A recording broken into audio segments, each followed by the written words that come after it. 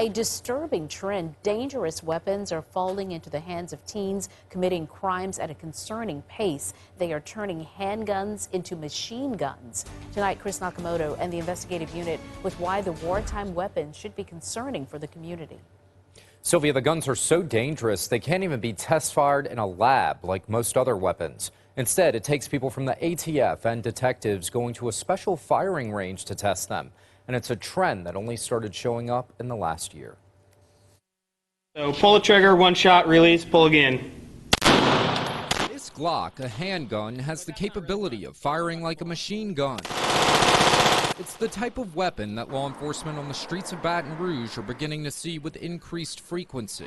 I don't want to see these guns in anyone's hands, particularly those that are violent and that have a history of gun use. These are, in my opinion, guns are no use to anybody for anything of any legitimate value or reason other than to potentially maim and kill a person or multiple people from far away. It actually weaponizes the weapon. District Attorney Hiller Moore says currently his office has 57 pending cases in his office where people modified their weapons using what's called a Glock Switch or an auto sear.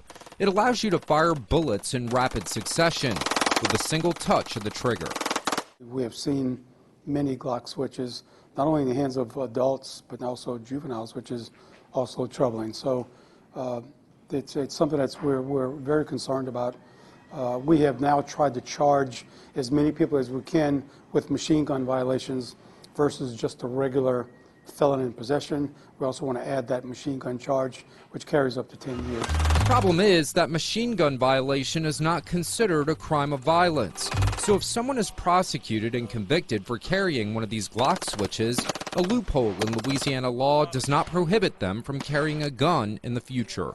That's something we need to consider asking the legislature to look at. Out of the 57 cases in the Baton Rouge courts so far involving a machine gun, one has resulted in a conviction that was tied to a juvenile case. Because it's not a crime of violence, details are not public record. Expend more rounds quicker and kill a person. Tonight, Moore says the troubling trend he's seeing and the frequency at which these weapons are being taken off the streets is concerning. I don't know of any good legal, lawful intent that somebody would want to have that on the weapon, other than possibly someone would want to just see how many rounds one can fire at a range, at a weapon. But what good could that be for anything else? I have no idea, but for ill intent.